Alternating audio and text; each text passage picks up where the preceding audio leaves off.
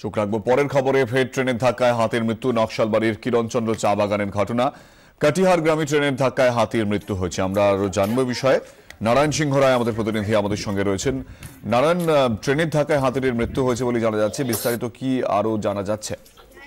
দেখো কুনাল, আজকে ভোর রাতে প্রায় 4:30টার সময় নকশালবাড়ির কিরণচন্দ্র টি স্টেটের কাছে রেলের ধাক্কায় মানে কাঠিয়ারগামী ডাউন এক্সপ্রেসের ধাক্কায় একটি পূর্ণবয়স্ক হাতির মৃত্যু হয়।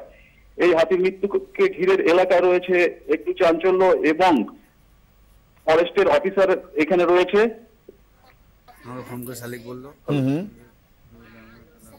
সবচেয়ে বড় কথা যে এক সময় এইখান দিয়ে হাতি মারা যাওয়ার এখানকার লোকালয়ের যেটা বক্তব্য, এক সময় এখান দিয়ে ছিল ফরেস্ট, এই রেল লাইনের এইটাই ছিল নাকি হাতির করিডোর, কিন্তু এই করিডোর গুলো এখন জনবসিত আস্তে আস্তে পুরো জনবসিততে ভরে গেছে এখান দিয়ে কুনাল, যার জন্য এই হাতিরা এখন পারাপার করতে সবসময় ঠিক মতো পারাপার করতে পারছে না। আজকে ভোর রাতে নাকি শোনা গেছে এখান দিয়ে একটা হাতির বড় দল যাচ্ছিল, সেই সময় এই ঘটনা ঘটে কুনাল।